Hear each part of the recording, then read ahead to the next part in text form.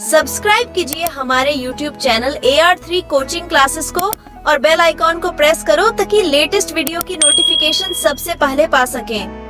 Hello student, मैं राजकुमार आपका AR3 coaching classes में स्वागत करता हूं और आज मैं लेकर के आया हूं video lecture 2 past indefinite tense का, जिसमें फर्स्ट वीडियो लेक्चर में हमने एफर्मेटिव और नेगेटिव सेंटेंस क्लियर कर लिए। इसमें हम इंट्रोगेटिव सेंटेंस को पढ़ेंगे। ठीक है, तो हेडिंग डाल लीजिए इंट्रोगेटिव सेंटेंस। ठीक है, पास्ट इंडेफिनिट टेंस का ही है, ये पार्ट 2 है और जिसमें इंट्रोगेटिव सेंटेंस पढ़ेंगे हम। तो इंट्रोगेटिव सेंटेंस तो डाल लीजिए भाई हेडिंग इंट्रोगेटिव सेंटेंस, और इसमें लिखेंगे फर्स्ट टाइप। फर्स्ट टाइप, यदि वाक्य के प्रारंभ में, यदि वाक्य के प्रारंभ में क्या शब्द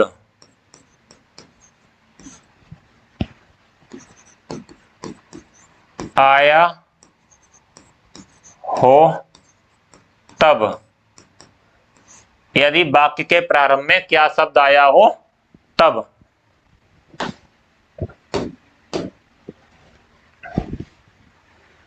तो यदि वाक्य के प्रारंभ में क्या शब्द आया हो तब स्ट्रक्चर क्या हो जाएगा?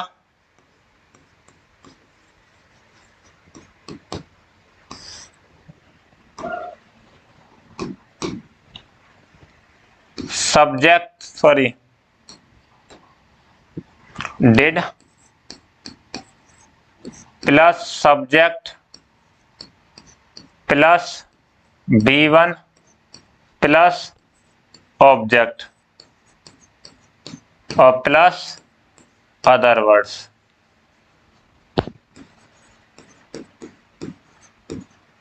प्लस प्रश्नवाचक चिन्ह। तो भाई क्या आ जाएगा? डिड हेल्पिंग वर्ब से, जैसे क्या से प्रारंभ होते हैं तो उन वाक्यों की हेल्पिंग वर्ब हम आगे ले जाते हैं, उसके बाद में सब्जेक्ट, उसके बाद में B1 plus object plus other words. ठीक है, और यदि वाक्य में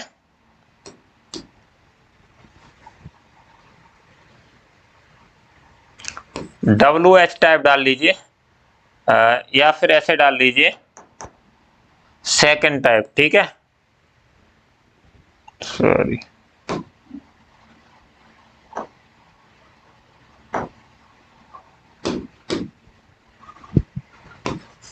सेकंड टाइप,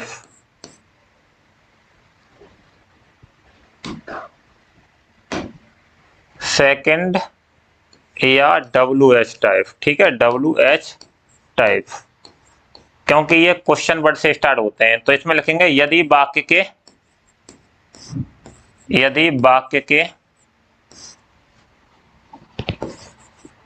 बीच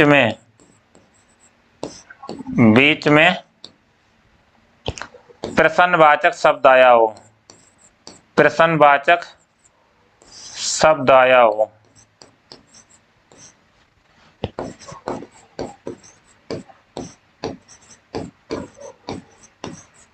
तब, यदि वाक्य के बीच में प्रश्नवाचक शब्द आया हो तब स्ट्रक्चर क्या होगा?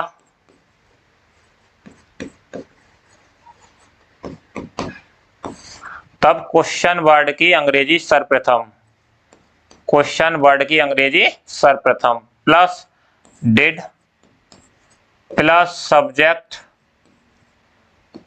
प्लस B2 नहीं B1 प्लस ऑब्जेक्ट और प्लस अदर वर्ड्स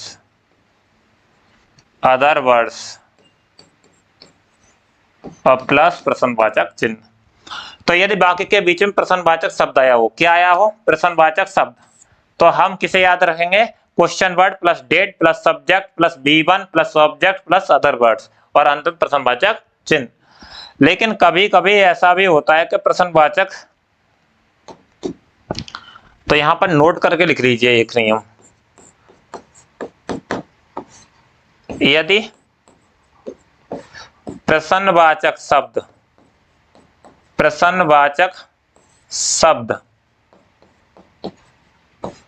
सब्जेक्ट की तरह, ठीक है, सब्जेक्ट की तरह कार्य करे, कार्य करे तो यदि प्रश्नवाचक शब्द सब्जेक्ट की तरह कार्य करे तब सूत्र क्या होगा? तो लिख लीजिए भाई सूत्र।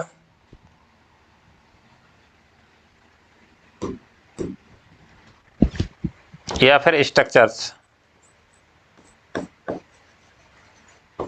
संरचना। क्या हो जाएगा? क्वेश्चन वर्ड, जो क्वेश्चन वर्ड है वो सब्जेक्ट की तरह काम कर रहा है वो, पर मैं यहां लिख दे रहा हूं सब्जेक्ट की तरह काम करेगा तभी इसको लगाएंगे। प्लस डिड नहीं आएगा इसमें, क्या नहीं आएगा? डिड नहीं आएगा, तो क्या आएगा? B2 और प्लस ऑब्जेक्ट और प्लस अदर वर्ड्स और प्लस प्रश्नवाचक चिन्ह। तो यदि प्रश्न जैसे ना कौन या किसने, दरवाजा किसने खटखटाया, तो दरवाजा किसने खटखटाया तो हु नॉक्ड द डोर, ठीक है। तो नॉक्ड मतलब सेकंड फॉर्म, इसमें हेल्पिंग वर्ब का यूज नहीं करेंगे। तो question word plus B2 plus object plus other word. जब प्रश्नवाचक शब्द ही किसकी तरह काम करे? सब्जेक्ट की तरह ही काम करे। जैसे एग्जाम्पल दे सकते हो तुम, क्या रमेश ने उस लड़के को पीटा? तो क्या रमेश ने उस लड़के को पीटा? तो किसने पीटा? रमेश ने। तो रमेश के साथ में आप देखो यहां पर लिखा था मैंने, क्या से प्रारंभ था, उसमें क्या था? डिड और प्लस सब्जेक्ट और प्लस B1 और प्लस ऑब्जेक्ट। तो इसी के आधार पर देखो सर्वप्रथम क्या लगाएंगे? डिड, और फिर सब्जेक्ट क्या दे रखा है? रमेश।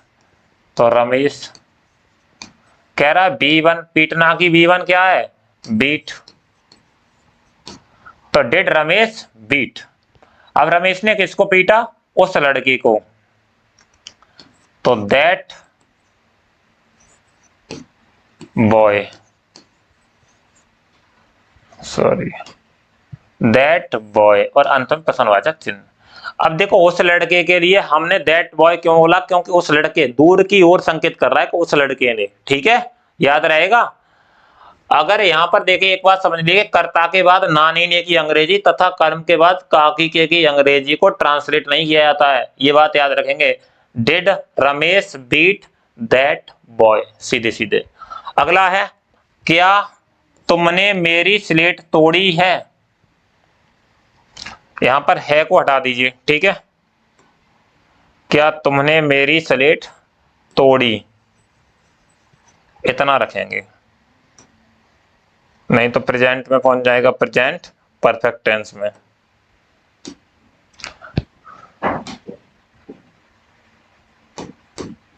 तो क्या तुमने मेरी स्लेट तोड़ी, तो डिड, और यू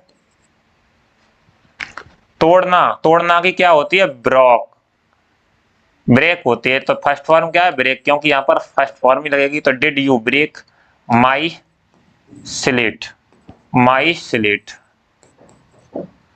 अंतिम प्रश्नवाचन। उसके पिताजी कानपुर कब गए? अब देखो कब से प्रारंभ हुआ है ना, तो इसमें बीच में प्रश्नवाचक शब्द आ गया। तो प्रश्नवाचक शब्द आए तो क्वेश्चन वर्ड और फिर डिड और plus subject plus B1 plus object, इस आधार पर बनाएंगे। तो क्वेश्चन वर्ड कौन है? कब, कब की अंग्रेजी ले आओ सर्वप्रथम, व्हेन।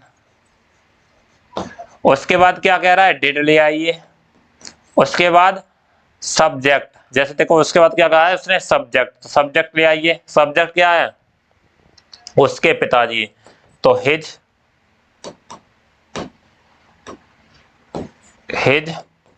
Father, his father. तो when did his father Kanpur गए, जाना की गो, क्योंकि फर्स्ट फॉर्म लानी, और to Kanpur, go to Kanpur, अंत में प्रश्नवाचक चिन्ह। अगला कह रहा है तुमने यह प्रश्न कैसे हल किया? तो इसमें भी प्रश्नवाचक शब्द आ गया, और जब वाक्य के बीच में प्रश्नवाचक शब्द आया तो उसकी अंग्रेजी सर्वप्रथम। तो कैसे के हाउ, ठीक है, हाउ, उसके बाद में डिड और यू सब्जेक्ट आ गया, और हल करना की होती है सॉल्व, B1, ठीक है, और दिस क्वेश्चन, दिस क्वेश्चन,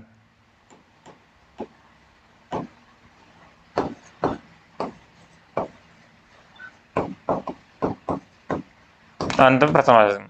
तो how did you solve this question. Next है रीता ने कितना दूध पिया। अब जैसे कितना कितनी आ जाए तो ये मात्रावाचक है, तो हाउ मच, ठीक है, किसका प्रयोग कर लेंगे हम,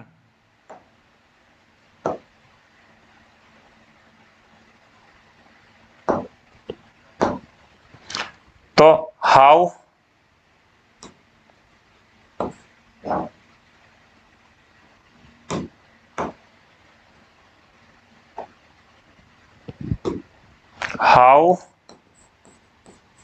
मच, और हाउ मच और हाउ मैनी के बाद जो भी नाउन आता है वो भी साथ में आ जाता है। How much milk, how much milk, और डिड, उसके बाद में सब्जेक्ट रीता, रीता, और पीना की फर्स्ट फॉर्म ड्रिंक, और अंत में प्रश्नवाचक चिन्ह। तो how much milk did Rita drink. Next है तुमने कितने आम खाए हैं, सॉरी खाए, तुमने कितने आम खाए, तो हाउ मैनी, आम गिन सकते हैं तो संख्यावाचक है, मैंगो, हाउ मैनी मैंगोज। अब क्या लगाएंगे, हेल्पिंग वर्ब डिड, उसके बाद में सब्जेक्ट यू, तो how many mangoes did you, और फिर खाना की ईट, फर्स्ट फॉर्म, और अंत प्रश्नवाचक चिन्ह। अगला कह रहा है राम ने कौन सी पुस्तक पढ़ी। तो देखिए यहां पर कह रहा है कौन सी पुस्तक, सिलेक्शन की बात कर रहा है, तो विच, कौन सा कौन सी आए तो इसके लिए विच, उसके बाद भी नाउन जो भी आता है तो which book did Ram, subject ले आए राम, उसके बाद में पढ़ी B1 ले आओ, तो B1 क्या है, पढ़ना की रीड, और अंत में प्रश्नवाचक चिन्ह। तो which book did Ram read. Next है हमने किसका कलम इस्तेमाल किया। अब देखो किसका, जिस राम का, संबंध की बात, जब भी संबंध की बात करें तो हुज का प्रयोग करेंगे, किसका के लिए और किसकी के लिए, उसके पीछे जो भी नाउन आता है वो भी साथ में आता है, और अगर संबंध की बात ना कर रहा हो तो वो हुम का प्रयोग करेंगे, तो फिर वो ऑब्जेक्ट की बात कर रहा है। लेकिन यहाँ पर संबंध है कि हमने किसका कलम इस्तेमाल किया, तो किसका, तो हुज पेन, और डिड सब्जेक्ट लेके आएंगे, फिर सब्जेक्ट क्या है वी, तो हुज पेन डिड वी, और इस्तेमाल करना की है यूज, फर्स्ट फॉर्म, इस्तेमाल करना की क्या है यूज, तो whose pen did be use, और अंत प्रश्नवाचक चिन्ह। मेरा दूध किसने पिया था।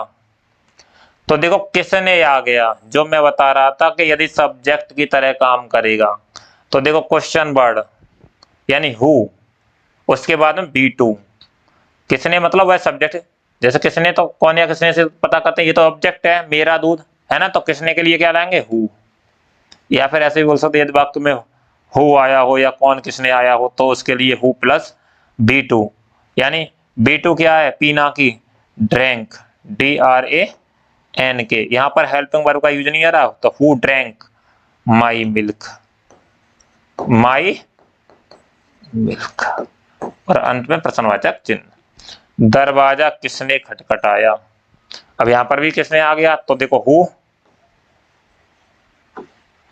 और हु के बाद में knock, KNOCKED, who knocked, who knocked the doer, the doer. तो देखो इन दोनों वाक्यों में नीचे वाले में हेल्पिंग वर्ब का यूज नहीं हुआ है, लेकिन ये क्वेश्चन वर्ड ही वाक्य हैं, ठीक है, या प्रश्नवाचक वाक्य ही है, ठीक है। आगे देखें, यहाँ पर एक नियम लिख लीजिए, कह दे इंट्रोगेटिव वाक्य नेगेटिव हो तो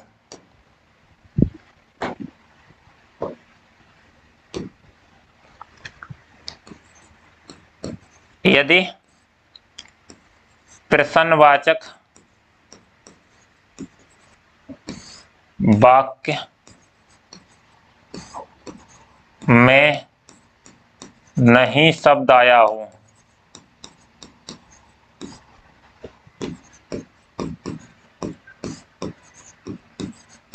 तो नॉट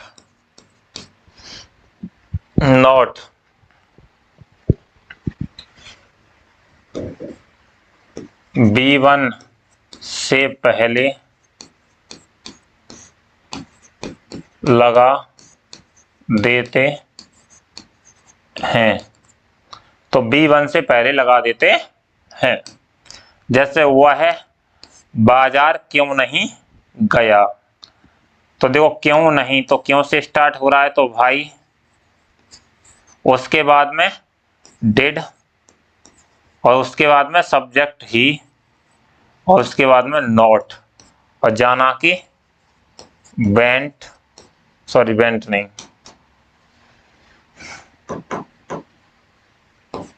गो टू मार्केट और अंत में प्रश्नवाचक चिन्ह। तो भाई did he not go to market. Next है क्या तुमने उपन्यास नहीं पढ़ा। देखो यहाँ पर B1 है, उससे पहले नॉट का यूज हुआ है। देखिए ग्रामर के नियम के अनुसार तो B1 से पहले ही नॉट लगता है, ठीक है, लेकिन कुछ टीचर्स या मतलब बता देते हैं कि सब्जेक्ट के बाद नॉट लगाते हैं, लेकिन सब्जेक्ट के बाद नहीं। ग्रामर ये कहती है कि आप B1 से पहले नॉट लगता है। जब भी देखेंगे तब, चाहे तो वो हिंदी वाक्य हो, वो सीधे नेगेटिव वाक्य हो, तो नेगेटिव वाक्यों का ये नियम होता है। जब नेगेटिव सेंटेंस पढ़ाऊंगा तब ये बात बताऊंगा आपके लिए। क्या तुमने उपन्यास नहीं पढ़ा, तो देखो क्या तुमने उपन्यास नहीं पढ़ा, क्या करें इसमें, तो डिड और यू और फिर नॉट, पढ़ना की रीड द नोवेल और अंत प्रश्नवाचक चिन्ह। तो इस तरह से हमने पास्ट इंडेफिनिट टेंस का इंट्रोगेटिव पार्ट भी क्लियर कर लिया है। तो thank you for watching full video and like share and subscribe my YouTube channel AR3 coaching classes, जिससे आपके लिए अच्छे से अच्छे वीडियो और आगे मैं कोर्स भी लेकर के आऊँगा। जैसे हाई स्कूल बोर्ड एग्जाम की तैयारी के लिए हम 3 सब्जेक्ट लेकर के आ रहे हैं, एक मैथ और इंग्लिश और साइंस, जो आपके लिए बहुत टॉप लेवल की पढ़ाई जाएंगी और NCERT बेस्ड होगा, ठीक है। तो हमारे चैनल से जुड़ जाइए और तैयारी करते रहिए।